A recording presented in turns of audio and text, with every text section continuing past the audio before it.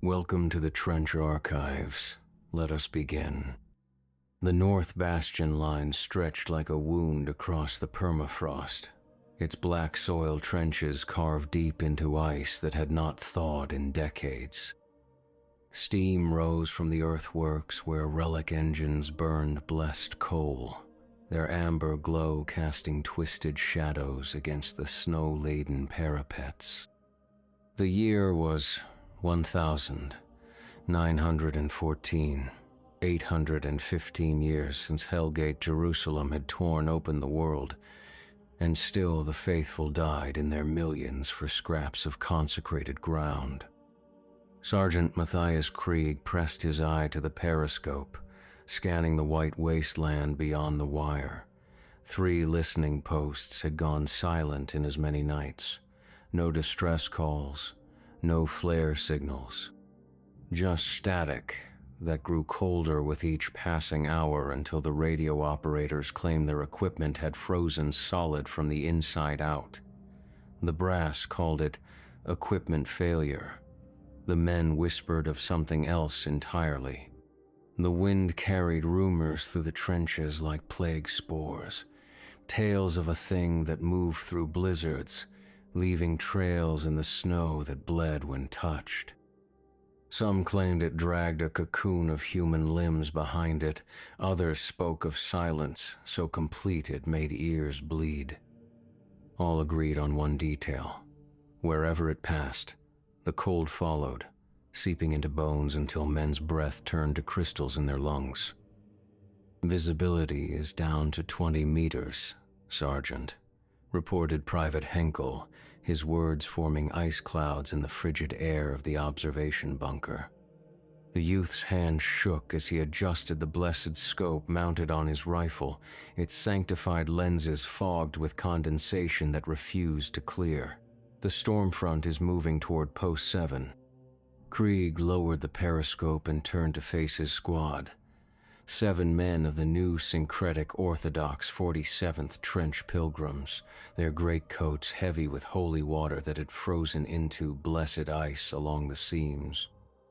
Each bore the stigmata of their faith, branded crosses on their palms, ritual scars along their necks, and eyes that had seen too much of what crawled between heaven and hell in this endless war. "Orders came down an hour ago," Krieg announced, his voice cutting through the constant drone of the relic engines. "We're to investigate the listening posts. Command wants to know what happened to 36 men without so much as a scream reaching our lines." Corporal Adler spat into the brazier, the saliva hissing against the blessed coals. Could be Hebrew knights testing new siege tactics, or heretic legion infiltrators using that damned sorcery they'd learned in the blood fields of Damascus. Could be, Krieg agreed, though his tone suggested otherwise. He had fought the Hebrew knights before, knew their methods. They were fierce but honorable, preferring direct assault to stealth. The heretic legions were different, practitioners of forbidden arts, but even their darkest magics left evidence. Corpses twisted into impossible shapes, ground glass where unholy rituals had taken place, the stench of sulfur and burnt offerings. This was something else, something that took men without trace, leaving only silence and the growing certainty that the cold itself had become malevolent. Private Kellner raised his hand, the gesture made clumsy by thick gloves wrapped around the stock of his blessed rifle. "Sergeant, what about the stories? About the procession?" The temperature in the bunker seemed to drop several degrees. Even the relic engine's amber glow appeared to dim as the word hung in the air like a blasphemy. The procession. Whispered tales from other sectors of the line, reports dismissed by command as trench fever delusions. A creature that collected the living, weaving them into a mobile reliquary of suffering where souls remained conscious, trapped in flesh that was no longer entirely their own. Stories don't kill 36 trained soldiers, Krieg replied, though he touched the blessed medallion at his throat as he spoke. We move out in 10 minutes. Full kit, blessed ammunition only. Henkel, you're on the radio. Adler, take point. Everyone else, stay within sight of the man ahead of you. No exceptions. They gathered their equipment in silence, each man checking his rifle and ammunition with the methodical precision of those who had survived too many impossible missions. The blessed bullets gleamed like frozen tears in the lamplight, each one inscribed with prayers in languages that predated the Hell Gate's opening. Their boots were lined with salt and iron shavings, their coats anointed with holy oils that had long since congealed in the bitter cold. The storm door opened with a squeal of hinges that had not moved in weeks. Beyond lay the communication trench, its walls lined with corrugated metal sheets that bore the rust stains of old blood. Ice crystals danced in the wind like ash from a crematorium, and somewhere in the distance, the sound of artillery fire provided a constant bass note of destruction. They moved in single file through the maze of trenches, past abandoned pillboxes and frozen corpses that had been stripped of anything useful weeks ago. The bodies were preserved perfectly in the cold, their faces locked in expressions of terminal surprise or resignation. Many still clutched weapons, or holy symbols, as if prayer might have saved them from whatever had claimed their lives. Post 1 sat 200 meters from the main line, connected by a communication trench that zigzagged through shell craters and abandoned positions. As they approached, Krieg noticed the absence of sound. No radio chatter, no movement, not even the whisper of wind through the sand-bagged walls. The listening post might as well have been carved from the same ice that encased everything else in this cursed sector. Adler reached the post first, his rifle trained on the narrow entrance cut into the frozen earth. He held up a closed fist, signaling the others to halt, then gestured toward the ground. Even in the dim light, they could see the marks in the snow, wide gouges that looked like something heavy had been dragged across the surface. The edges of the tracks were dark with what might have been blood, though it was impossible to tell in the perpetual twilight of the storm front. 5 men were stationed here, whispered Private Weiss, consulting the duty roster he kept folded in his breast pocket. Sergeant Fisher, Corporals Muller and Weber, Privates Hoffman and Klein, all veterans, all armed with blessed weapons and enough ammunition to hold off a company of heretic legionnaires. But there was no sign of struggle, no bullet holes in the sandbags, no scattered equipment, no evidence that the garrison had even known danger was approaching. The radio equipment sat undisturbed on its wooden table, the headphones still connected, though the apparatus itself was coated in a thin layer of ice that seemed to pulse with its own internal light. Krieg stepped into the post, his boots crunching on ice that had formed over the wooden floorboards. The air was so cold it burned his lungs, and each breath came out as a cloud of vapor that lingered far longer than it should have. The walls were lined with ammunition crates and blessed supplies, all untouched. Even the small shrine to Saint Mercurius remained intact, though the holy water in its font had frozen into shapes that hurt to look at directly. "Sergeant," called Henkel from outside. His voice carried a note of barely controlled panic. "You need to see this." They gathered around the young private, who was pointing at the ground near the post's rear wall. The dragging marks were clearer here, wider and deeper than before. But it was what lay at the center of the trail that made their blood run cold, a perfect impression in the snow, as if something massive had rested there for hours. The shape was vaguely human but wrong in proportions that defied easy description. Too long in some dimensions, too narrow in others, with appendages that branched and merged in patterns that suggested organic growth rather than natural anatomy. And within the impression, scattered like offerings at an altar, were personal effects, dog tags, family photographs, religious medals, a rosary made from blessed wood. All the small treasures that soldiers carried to remind them of home and hope. They lay arranged in a spiral pattern, as if placed there with deliberate care rather than dropped in haste or struggle. "It took them," whispered Corporal Adler, his scarred face pale beneath the frozen stubble. "Took them and left their memories behind like breadcrumbs."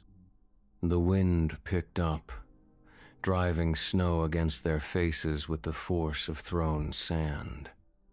Through the howling air came a sound that might have been imagination, a low, rhythmic thumping, like a heartbeat, magnified beyond human perception. It seemed to emanate from everywhere and nowhere, vibrating through the frozen ground and into their bones. "Posts 2 and 3 are another kilometer north," Krieg announced, his words nearly lost in the storm. "We follow the trail." They moved out in formation, following the wide gouges that cut through the snow like scars across white flesh. The tracks led directly away from Post 1, heading north toward the no-man's land that separated their lines from those of the Iron Sultanate.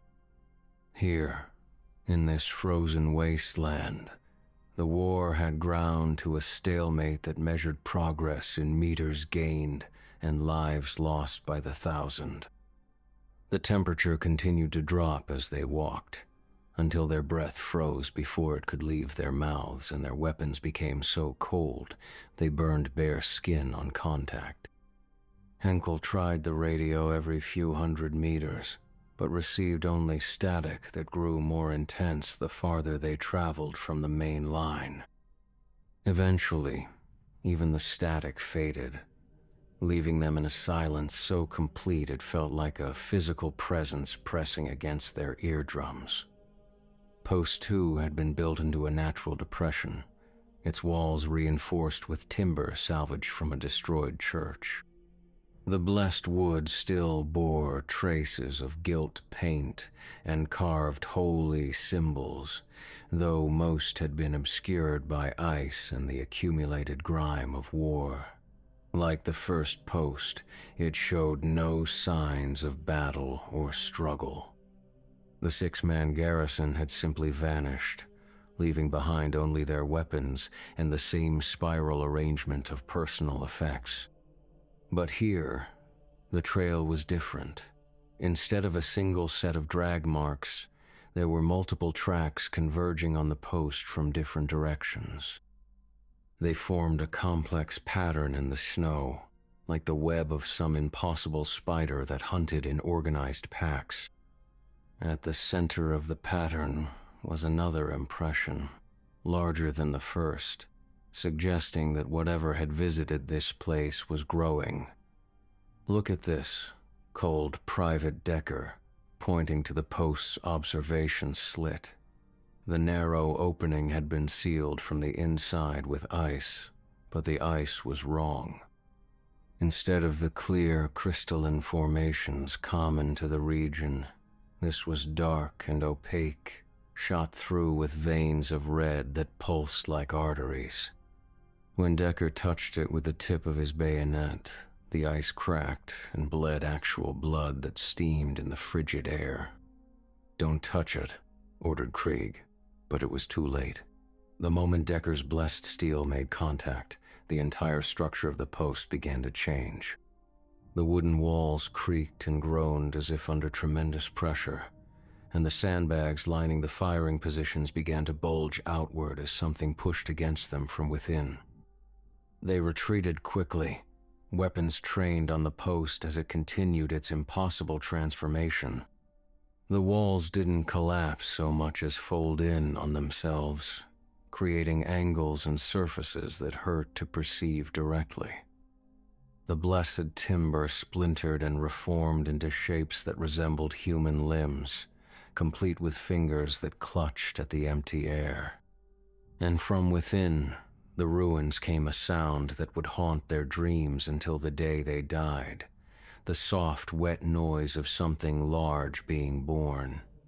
"We need to leave," whispered Weiss, his rifle shaking in his frozen hands. "Whatever we're following, it knows we're here." But even as he spoke, they could see the tracks in the snow beginning to change. The old marks were filling with fresh snow, while new ones appeared as if carved by invisible claws. The trail was being rewritten before their eyes, leading not toward Post 3 but back toward their own lines. Whatever they had been tracking was now tracking them. Krieg made the decision that would damn them all. Instead of retreating to the safety of the main trench, he ordered his men to continue north. Post 3 was less than half a kilometer ahead, and command needed to know what had happened to the missing garrison. They were soldiers of the new syncretic Orthodox, trained to face the horrors that crawled between heaven and hell. They would complete their mission, whatever the cost. The storm intensified as they climbed toward the final listening post, built on a small rise that commanded a view of the enemy lines 3 kilometers to the north. The wind carried with it the scent of something that might have been incense, if incense could smell of copper and decay. With each step, the cold grew more intense, until it became a living thing that wrapped around their bodies like funeral shrouds. Post 3 was different from the others. Where the first 2 had been abandoned, this one was occupied. They could see the flicker of lamplight through the observation slits, and smoke rising from the chimney suggested that the heating stove was still functional. But as they approached, it became clear that something was fundamentally wrong with the picture. The smoke rising from the chimney was the wrong color, a deep red that reminded them unpleasantly of arterial blood. The light from within didn't flicker like flame, but pulsed with a rhythm that matched the distant heartbeat they had been hearing since leaving Post 1. And the figures moving behind the ice-covered windows were shaped wrong, too tall and too angular to be human. "Challenge them," ordered Krieg, though his voice lacked conviction. "Standard protocol." Adler cupped his hands around his mouth and called out the daily password, his words echoing across the frozen landscape. The response came immediately, but it was wrong in every possible way. The voice that answered was human, recognizably that of Sergeant Fisher, who had commanded this post, but it came from multiple directions at once. From the chimney, from the walls, from beneath the ground at their feet. And the words, while technically correct, were spoken in reverse, as if time itself was flowing backward within the confines of the post. They approached with weapons ready, though blessed ammunition seemed inadequate against whatever had transformed this place. The door stood open, revealing an interior that defied the laws of physics and sanity. The post's single room had become vast, its walls stretching away into darkness that absorbed their lamplight without reflection. And suspended from the ceiling by threads of what looked like frozen nerves were the missing soldiers. They hung like marionettes, their bodies intact but wrong. Arms had been lengthened and fitted with additional joints. Legs had been fused together and reshaped into proboscis-like appendages. Faces had been rearranged so that eyes looked in multiple directions while mouths opened in places where no mouth should be. But worst of all, they were still alive, still conscious. still aware of what had been done to them. Sergeant Fisher turned his reconstructed head toward them, a movement that involved far more vertebrae than any human spine should possess. When he spoke, his voice emerged from throats that had been multiplied and repositioned throughout his torso. "We have been waiting for you," he said, the words layered with harmonics that suggested multiple vocal cords working in terrible synchronization. The procession requires witnesses. The procession requires participants. Behind him, the other transformed soldiers began to move, their altered limbs carrying them across the walls and ceiling with arachnid grace. They made no sound as they moved, but their presence seemed to draw warmth from the air until frost began forming on the inside of Krieg's lungs. "What did this to you?" Krieg demanded, though he already suspected the answer would provide no comfort. Fisher's multiple mouths smiled in unison, revealing teeth that had been filed into points and arranged in spirals that descended into his throat like the interior of some carnivorous plant. "We did this to ourselves," he replied. "We saw the truth of the procession, understood our place within its design. The creature you seek is not our master, but our offspring. We gave birth to it through willing sacrifice, and now it carries our essence wherever it travels." The transformed soldiers began to descend from their perches, moving with purpose that spoke of hunger long denied. But before they could close the distance, a new sound cut through the air. The unmistakable roar of a relic, engine pushed beyond its safety limits. Somewhere in the storm, backup was approaching. "The reinforcements will share our blessing," Fisher continued, his transformed body beginning to unfold like some obscene flower. "They will understand, as you will understand, that the war between heaven and hell is meaningless. There is only the procession and the beautiful union it offers to all who would join its march across the frozen earth." Krieg's men opened fire, their blessed bullets tearing through the transformed flesh with wet impacts that sent black blood spraying across the walls. But the creatures felt no pain, showed no sign of slowing. Instead, they seemed to absorb the blessed ammunition, their wounds sealing around the bullets until they became part of their reconstructed anatomy. The retreat from Post 3 became a running battle through knee-deep snow, with the transformed soldiers pursuing them through the storm like hounds tracking wounded prey. They moved without regard for the terrain, flowing over obstacles and through barriers as if solid matter was merely a suggestion. Their silence was more terrifying than any roar of rage, suggesting a patience that came from certainty of eventual victory. Behind them, Post 3 began to collapse inward, its walls folding and refolding until they formed a structure that resembled a massive cocoon. The process was accompanied by sounds that no human throat should have been able to produce, wet, organic noises that spoke of metamorphosis and rebirth on a scale that defied comprehension. They reached the communication trench just as the relic engine came into view, its blessed headlights cutting through the storm like silver swords. The reinforcement squad consisted of 12 men from the 12th Penitent Company, volunteers who had committed sins so great that only death in service to the faith could absolve them. They were led by Captain Voss, a scarred veteran whose left arm had been replaced with a mechanical appendage powered by concentrated holy water.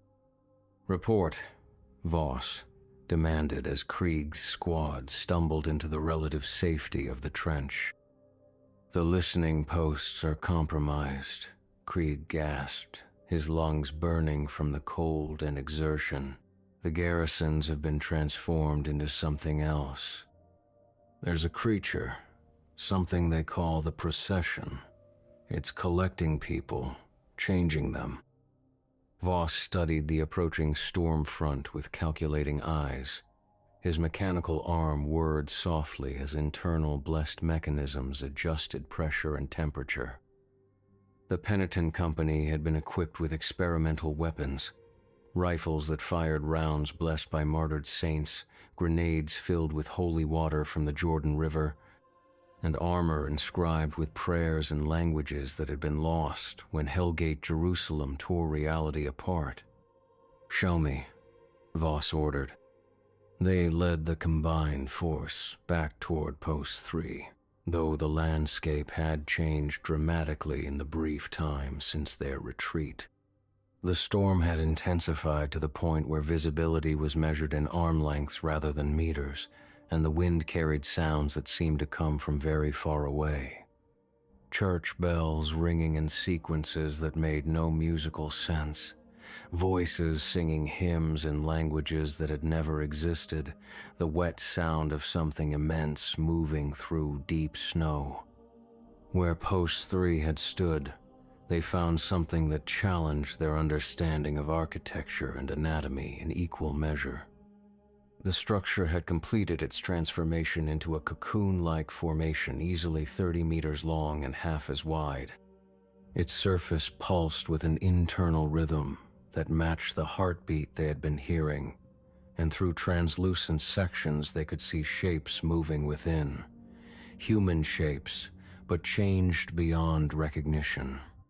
"Holy Mother of God," whispered one of the penitent soldiers, crossing himself with hands that shook despite their thick gloves.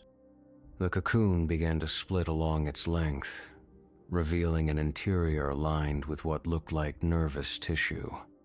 The transformed soldiers emerged slowly, their reconstructed bodies glistening with some form of organic lubricant that steamed in the frigid air. But they were no longer the primary occupants of the structure. Behind them came something that defied easy description.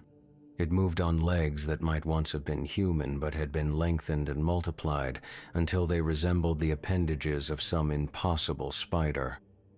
Its torso was a patchwork of different body parts sewn together with threads of frozen sinew, and its head was a smooth dome of bone marked only by a symbol carved deep into the surface. A red spiral that seemed to move when viewed directly. This was the procession, the creature that collected the living and transformed them into components of its ever-growing body. Behind it trailed a network of flesh and bone that connected all the transformed soldiers, linking them into a single organism with multiple points of consciousness. They moved as one, thought as one, hungered as one. The penitent company opened fire without waiting for orders, their experimental weapons sending blessed rounds into the mass of transformed flesh. The impacts created fountains of black blood and tissue, but the wounds closed almost immediately, as new material flowed from the trailing cocoon to replace what had been lost. "Fall back to defensive positions," ordered Voss, his mechanical arm adjusting the blessed scope on his rifle. "We'll make our stand at the junction where the communication trenches meet." But even as they retreated, they could see more cocoons emerging from the storm. The procession had been busy during the long winter nights, collecting not just from their sector, but from across the entire front line. Entire companies had been absorbed into its growing mass, their individual identities preserved but subordinate to the collective will that drove the creature forward.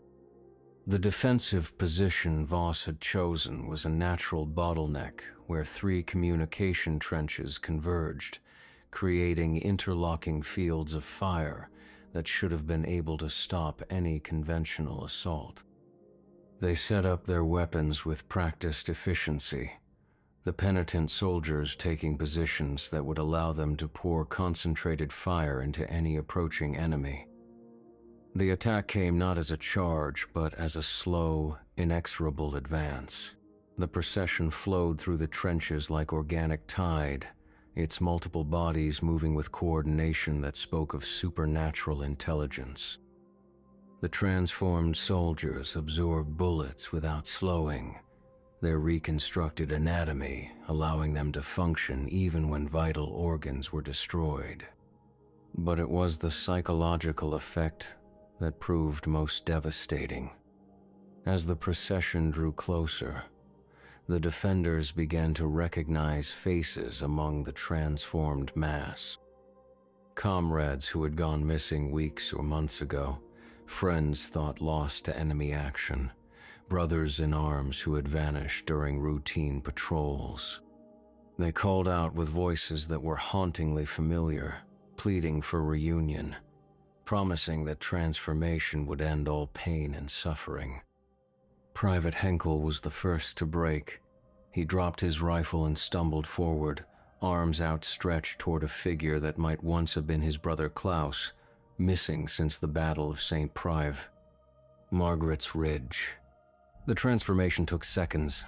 Klaus embraced him with arms that had been fitted with additional joints, and Henkel's screams of recognition became harmonized with the collective voice of the procession. The remaining defenders watched in horror as Henkel's body began to change, his bones extending and reshaping under the influence of some unholy communion.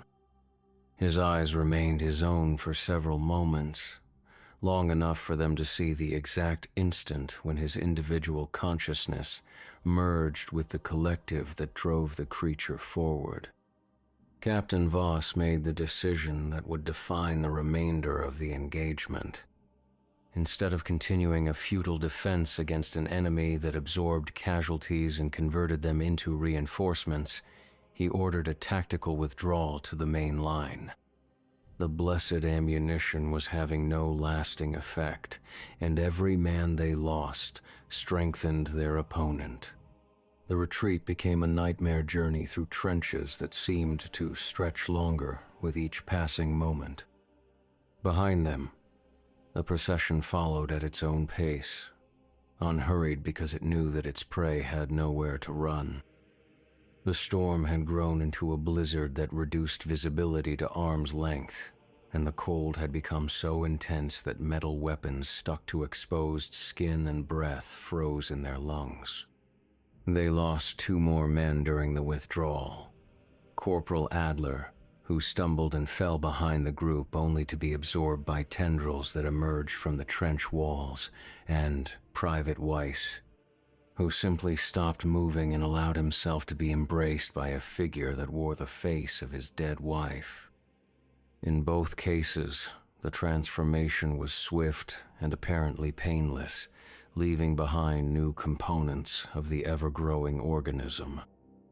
The main line of the North Bastion was a fortress carved into frozen earth, its walls reinforced with blessed concrete and lined with weapons that had been sanctified by bishops and martyrs.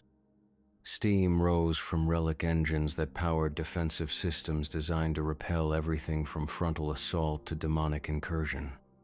Surely, Krieg thought, this place could stand against anything the procession might bring to bear. He was wrong. The attack began not with violence but with seduction. As the survivors reached the relative safety of the main trench, they found that word of their mission had spread throughout the garrison. Soldiers lined the fire steps, peering into the storm in hopes of catching a glimpse of the creature that had claimed so many of their comrades. What they saw instead were familiar faces calling to them from the darkness. The procession had learned from its encounters with blessed ammunition and consecrated defenses. Instead of direct assault, it deployed the transformed soldiers as individual agents, each one approaching the defensive line with the face and voice of someone the defenders knew and trusted. They came not as enemies, but as prodigals returning home, speaking of revelations and unity, of an end to the endless war that had consumed a continent. Some soldiers fired immediately, recognizing the wrongness in their transformed comrades. Others hesitated, unwilling to shoot what appeared to be their own men. That hesitation proved fatal. The transformed soldiers moved with inhuman speed when they chose to, covering the distance to the defensive line in bounds that defied physics and anatomy alike. The blessed defenses held for exactly 17 minutes. Then Private Muller, on duty at Station 7, opened a firing port to admit what he believed was his wounded squad leader. The transformed soldier that entered wore Sergeant Hoffman's face and uniform, spoke with Hoffman's voice, even carried Hoffman's blessed rifle.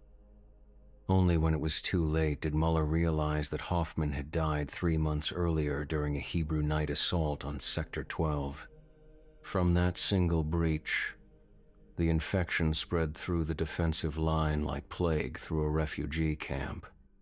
Transformed soldiers emerged from shadows and blind spots, each one perfectly mimicking someone the defenders knew and trusted. They moved through the trenches with purpose that spoke of intimate knowledge of the fortress layout, targeting key positions and personnel with surgical precision.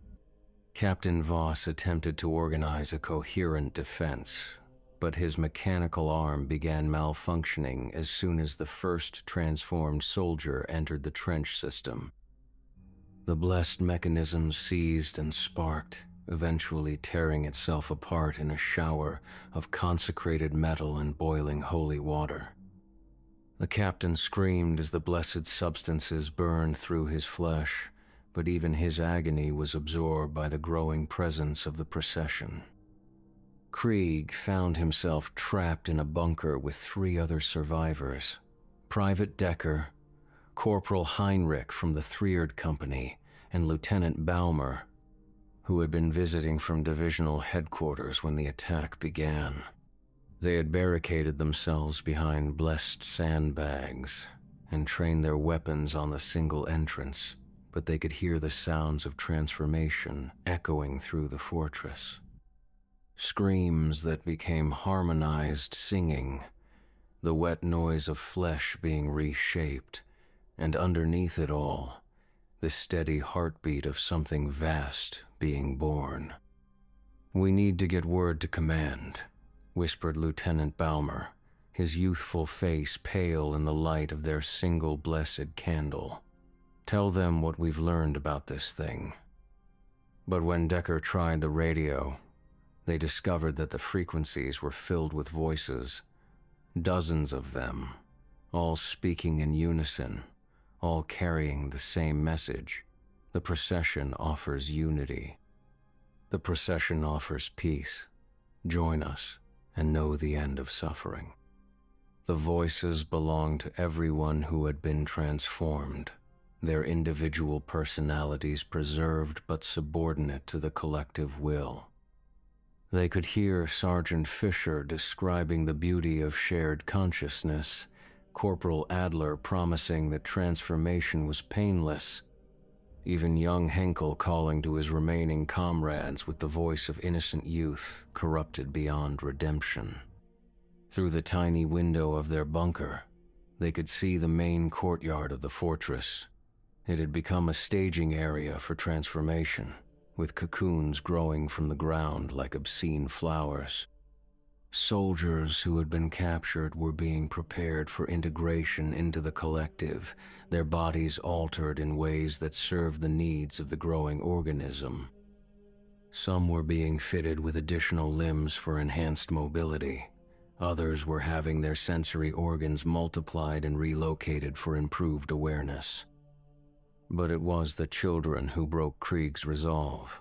Among the soldiers being transformed were several youth from the nearby village, refugees who had sought protection behind the blessed walls of the fortress. They were being changed more extensively than the adults, their small forms reshaped into components whose function was unclear but whose horror was absolute. One child, a girl no more than 8 years old, was being prepared as some kind of sensory node. Her eyes multiplied and relocated across her elongated skull while her mouth was sealed and replaced with organs of unknown purpose. "We have to stop this," Krieg whispered, though his voice carried no conviction. They were 4 men with limited ammunition, facing an enemy that grew stronger with every person it claimed. Their blessed weapons had proven ineffective against the transformed flesh, and their defensive position would only delay the inevitable. Lieutenant Baumer was studying a map of the fortress layout, his finger tracing evacuation routes that led to the rear areas. "There's a supply tunnel that connects to the ammunition depot," he said. "If we could reach it, trigger a detonation." The plan was desperate and almost certainly suicidal, but it offered something the procession had not: a choice. They could die as human beings, taking as many of the transformed with them as possible, or they could wait to be claimed and absorbed into the collective consciousness that was spreading through the fortress like a cancer. They made their move during what passed for dawn in this frozen wasteland, though the storm had grown so intense that daylight was merely a lessening of the absolute darkness. The supply tunnel was located beneath the main bunker system, accessible through a maintenance hatch that had been sealed with blessed wax and iron filings. The journey through the tunnel system became a descent into hell. The walls wept with condensation that had been tainted by proximity to the transformed, and strange growths had begun to appear in alcoves and blind corners. They looked like coral formations, but closer inspection revealed that they were composed of human tissue, fingers and teeth and patches of skin all fused together into structures whose purpose defied understanding. Behind them, they could hear the procession following at its own pace. The creature had no need for haste because it knew that its prey had nowhere to run. The storm above had intensified to the point where exposure would mean death within minutes, and every other route of escape had been sealed by the advancing transformed. The ammunition depot was a vault, carved deep into the permafrost, its walls lined with enough blessed explosives to level a city block. Artillery shells blessed by saints, grenades filled with holy water, and experimental weapons that had been deemed too dangerous for field use. If they could trigger a simultaneous detonation, the resulting explosion would vaporize everything within a kilometer radius. Lieutenant Baumer was the demolitions expert, his training including work with the exotic blessed explosives that the Orthodox military used against demonic entities. He moved through the depot with practiced efficiency, wiring charges to create a chain reaction that would ensure complete destruction. The timer mechanism was a relic from before the war, blessed by monks who had understood that sometimes salvation required absolute sacrifice. 5 minutes, Baumer announced as he activated the timer. "We need to be as far away as possible when this goes off." But as they prepared to leave the depot, they discovered that their path had been blocked. The procession had arrived, its transformed mass filling the tunnel system with bodies that had been reshaped for subterranean movement. At their head was something that might once have been Captain Voss, his mechanical arm replaced with an organic appendage that terminated in sensory organs of impossible complexity. "You cannot escape your destiny," Voss said, his voice harmonized with the collective consciousness of all the transformed. "The procession offers unity. The procession offers purpose. Why do you struggle against the inevitable?" Behind him, the mass of transformed flesh began to flow into the depot, moving with the fluid grace of something that had transcended the limitations of individual anatomy. They made no attempt at stealth or surprise, confident that their prey had no meaningful way to resist absorption into the collective. Heinrich was the first to break, his rifle clattering to the floor as he stepped forward with arms outstretched. "I'm tired," he whispered, And indeed, his face showed the exhaustion that came from months of exposure to horrors beyond human comprehension. "I'm so tired of fighting." The transformation took place before their eyes, Heinrich's body flowing like liquid as it was reshaped to serve the needs of the collective. His screams became harmonized with the voices of all the other transformed, creating a chorus that spoke of unity achieved through the destruction of individual identity. Decker lasted longer, firing his rifle until the blessed ammunition was exhausted, then drawing his sanctified bayonet for a final charge into the mass of transformed flesh. He managed to destroy several of the creatures before being overwhelmed, his body adding its mass to the growing organism that flowed through the tunnels like a tide of corrupted humanity. Krieg and Ballmer found themselves alone in the ammunition depot, surrounded by enough explosive force to level a mountain, but facing an enemy that seemed immune to conventional destruction. The timer showed 3 minutes remaining, but the procession had begun to interfere with the mechanism, transformed fingers working to disconnect wires and disable detonators. "The manual trigger," Ballmer gasped, pointing to a blessed lever set into the wall near the main charges. "If we can reach it."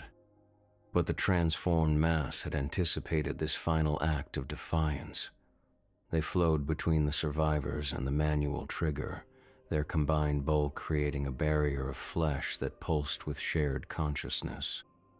Among them, Krieg could see faces he recognized, soldiers he had served with, civilians he had tried to protect, even children whose only crime had been seeking safety behind blessed walls. They all spoke with one voice now, a harmonized chorus that offered unity and peace through absorption into the collective. Their individual memories had been preserved but subordinated to a will that encompassed all of them, creating something that was simultaneously one creature and many. "Join us willingly," they said, the words emerging from dozens of throats in perfect synchronization. "Join us and know the end of suffering. The war above means nothing. The conflict between heaven and hell is meaningless. There is only the procession and the beautiful union it offers to all who would embrace their destiny." The timer showed 1 minute remaining, but the procession had successfully disabled most of the charges. Only a few blessed grenades remained active, enough to damage the creature but not enough to destroy it completely. As the final seconds ticked away, Krieg made a choice that would define his eternal fate. He did not reach for the manual trigger. Instead, he opened his arms and stepped forward into the mass of transformed flesh, allowing himself to be embraced by comrades who had found peace through submission to something greater than individual existence. The transformation was swift and apparently painless, his consciousness expanding to encompass the collective will that drove the procession forward. Lieutenant Ballmer screamed as he watched his last companion absorbed into the mass of transformed flesh, but his cry was cut short as tendrils of organic material wrapped around his throat and began the process of integration. His individual identity dissolved like salt in water, becoming part of something vast and patient and eternally hungry.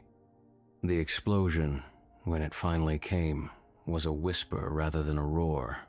3 blessed grenades detonated simultaneously, their holy fire tearing through a small section of the transformed mass. The pain was shared among all components of the collective, but it was also absorbed and transformed into something else, a deeper understanding of human resistance, a more complete knowledge of blessed weapons and their limitations. The procession flowed upward through the tunnel system, its mass now incorporating the knowledge and memories of every soul it had claimed.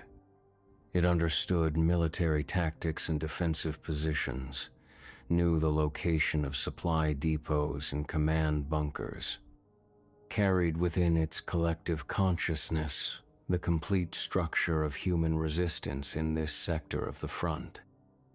Above ground, the storm had begun to clear, revealing a landscape transformed beyond recognition. Where the North Bastion line had stood, cocoons now grew from the frozen earth like monuments to a new form of existence.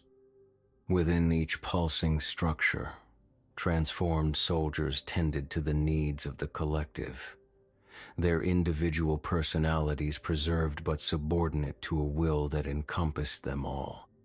The creature that had once been the procession no longer existed as a single entity. It had dispersed itself across kilometers of terrain, creating a network of connected consciousness that could coordinate actions across vast distances. Every transformed soldier was both individual and collective, capable of independent thought but bound to the shared purpose that drove them all forward. In the communication bunkers that had once housed radio equipment, new growths had begun to appear. They resembled flowers made of human tissue, their petals formed from lips and tongues that spoke in harmonized whispers. The words they uttered were prayers in languages that had never existed, supplications to entities that dwelt in the spaces between heaven and hell.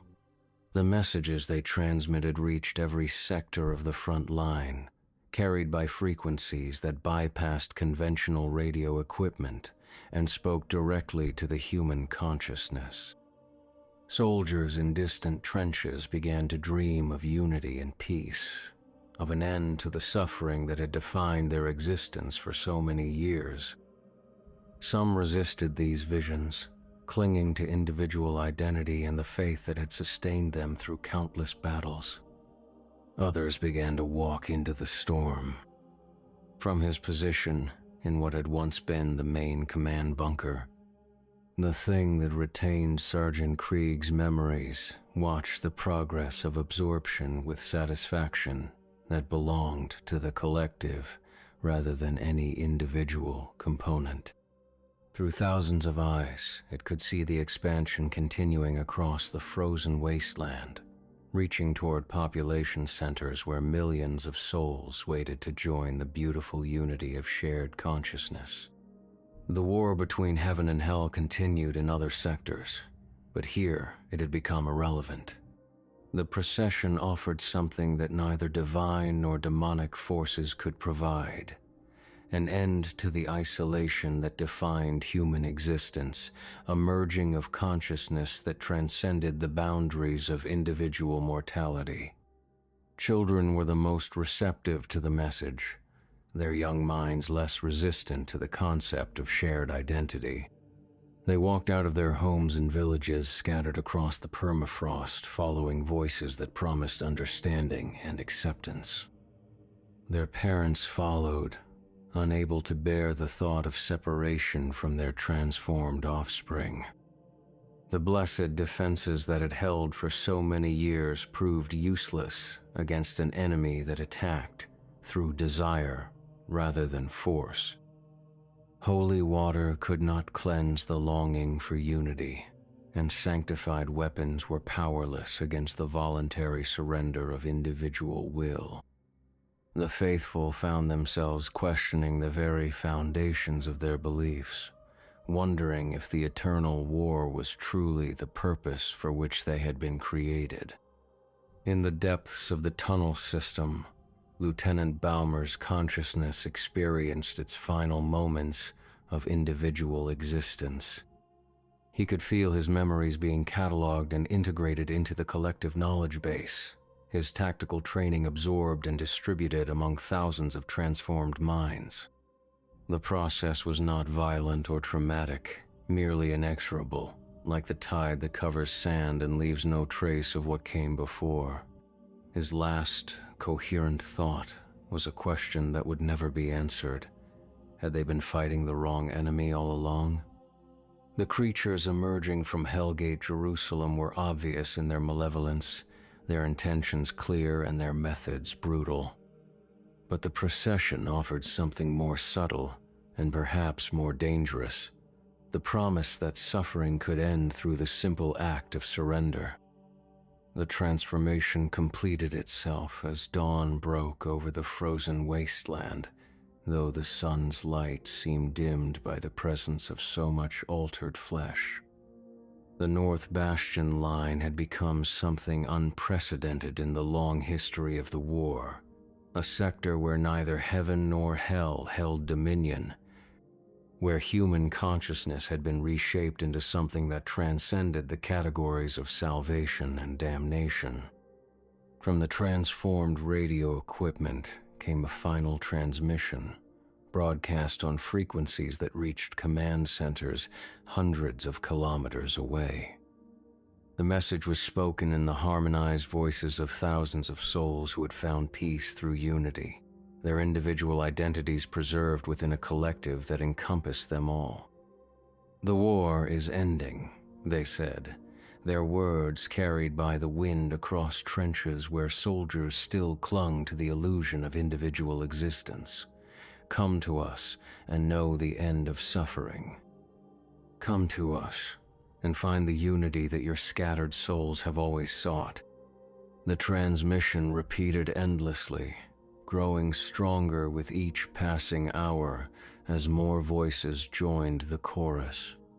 In distant command bunkers, generals studied reports that made no tactical sense, describing entire units that had simply vanished without trace or explanation. Some blamed equipment failure, others suspected new enemy tactics. None understood that the true enemy had never been the forces emerging from Hellgate Jerusalem, but the fundamental isolation that defined human existence. The procession had merely offered a solution to that ancient problem, a way to end the loneliness that drove men to war in the first place. In villages across the frozen wastes, children began to sing songs they had learned in dreams, their voices harmonizing in ways that suggested knowledge beyond their years. Their parents listened with growing understanding, recognizing in the melodies something they had been searching for without knowing it existed. The storm clouds gathered again over the North Bastion line, but now they carried more than snow and ice. Within their depth, shapes moved that might once have been human, their forms adapted for flight through the cooperation of collective will.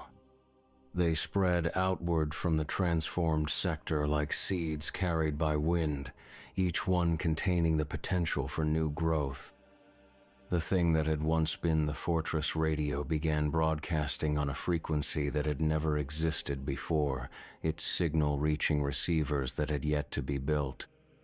The words it spoke were a promise and a prophecy, delivered in voices that belonged to everyone who had ever lived and died in service to something greater than themselves.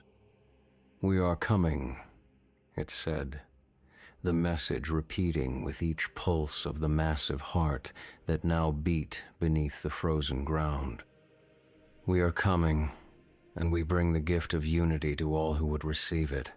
The war ends not in victory or defeat, but in the beautiful merger of all consciousness into one eternal dream of peace." In the silence that followed each transmission, something answered from far away, a whisper that carried across continents, speaking in harmonies that suggested other collectives, other mergers, other places where the boundaries between self and other had been dissolved in the name of ending suffering. The procession was not unique. It was part of something larger, a network of transformed consciousness that spanned the globe, growing slowly but inexorably toward a day when every human soul would know the peace of unity. The war between heaven and hell was merely a distraction from this greater purpose, a conflict designed to keep humanity divided, while the true transformation took place in forgotten corners of the battlefield. As night fell over the North Bastion line, the last intact radio in the sector transmitted its final message. The operator was a young woman who had managed to avoid transformation through sheer luck and determination, but she could feel the collective consciousness pressing against her mind like water against a crumbling dam. Her transmission was brief and desperate, broadcast on emergency frequencies in the hope that someone, somewhere, might understand the true nature of what was happening. But even as she spoke, she could feel her resistance weakening, her individual will being eroded by the promise of peace that whispered from every shadow. "This is radio station 77 Alpha," she said, her voice breaking as tendrils of transformed flesh began emerging from the walls around her. "The North Bastion line has fallen, but not to enemy action. We are being absorbed into something that calls itself the procession. It offers unity through the destruction of individual consciousness. It spreads through willing surrender rather than force. The war is changing. The war is." The transmission ended in a harmony of voices that spoke as one, welcoming another soul into the collective embrace. In command centers across the continent, radio operators recorded the message and filed reports that would never be believed. The official records would list radio station 77 Alpha as destroyed by enemy artillery, its operator killed in action while attempting to maintain communications. But in the deep files that only the highest-ranking officers were permitted to access, questions began to accumulate. Reports of similar incidents from other sectors, stories of entire units that had vanished without explanation, testimonies from survivors who spoke of creatures that offered peace through surrender. The procession continued its slow advance through the frozen wastes, no longer bound to a single form but distributed across thousands of individual components that moved with coordinated purpose. Behind it, the landscape itself began to change, the permafrost softening to accommodate new forms of growth that drew sustenance from the collective will of the transformed. Trees of flesh and bone reached toward the storm clouds. Their branches hung with cocoons that pulsed with internal light. Flowers made of human organs bloomed in patterns that spoke of consciousness distributed across vast networks of living tissue. The very ground became a thinking entity, aware of every footstep that crossed its surface. In distant cities, children began to dream of joining the great unity that called to them from the frozen battlefields. They woke with songs on their lips and stories of a peace that could only be achieved through the surrender of individual will. Their parents dismissed these dreams as products of overactive imagination, not understanding that their offspring were receiving transmissions from a collective consciousness that grew stronger with each passing day. The procession had learned patience from the soldiers it had absorbed, tactical awareness from the officers who had joined its ranks, and something approaching love from the civilians who had surrendered their children to its embrace. It no longer needed to hunt because its prey came willingly, drawn by the promise of an end to the isolation that defined human existence. As the storm clouds gathered for another assault on the transformed landscape, shapes began to descend from their depths. They moved with purpose that transcended individual desire, their forms adapted for purposes that served the needs of the collective rather than any single consciousness. The war between heaven and hell continued in other sectors, but here something new had been born. Neither divine nor demonic, but something that offered humanity a third option: the complete abandonment of individual existence in favor of unity that encompassed all consciousness within its eternal embrace. The radio signals grew stronger with each passing night, reaching receivers in cities and towns across the continent. The messages they carried spoke of peace and unity, of an end to the suffering that had defined human existence since the opening of Hellgate Jerusalem. Some who heard these transmissions dismissed them as enemy propaganda, but others began to understand that they were being offered a choice that transcended the categories of salvation and damnation. In the transformed landscape of the North Bastion line, something vast stirred beneath the frozen ground. The collective consciousness that had absorbed thousands of individual souls was preparing for its next phase of growth, drawing power from the willing surrender of identity that fed its expansion across the permafrost. The children were singing again, their voices carrying melodies that seemed to reach across impossible distances. In villages scattered across the frozen wastes, parents listened with growing understanding, recognizing in the harmonies something they had been searching for without knowing it existed. The procession had become something unprecedented in the long history of the war, a force that conquered through desire rather than fear, that offered unity in place of the eternal conflict that had consumed humanity for 8 centuries. It grew not through violence but through the voluntary surrender of individual will, transforming consciousness rather than destroying it. The storm clouds continued to gather, but now they carried more than weather. Within their depths, the collective consciousness of the transformed prepared for its next great expansion, drawing sustenance from the willing sacrifice of identity that fed its growth across the frozen battlefield. The radio transmissions grew stronger with each passing night, reaching receivers that had yet to be built and frequencies that had never existed. The voices they carried spoke in harmonies that suggested vast networks of consciousness, each one connected to the others through bonds that transcended the boundaries of individual existence. The war was changing, but not in ways that any general or strategist could understand.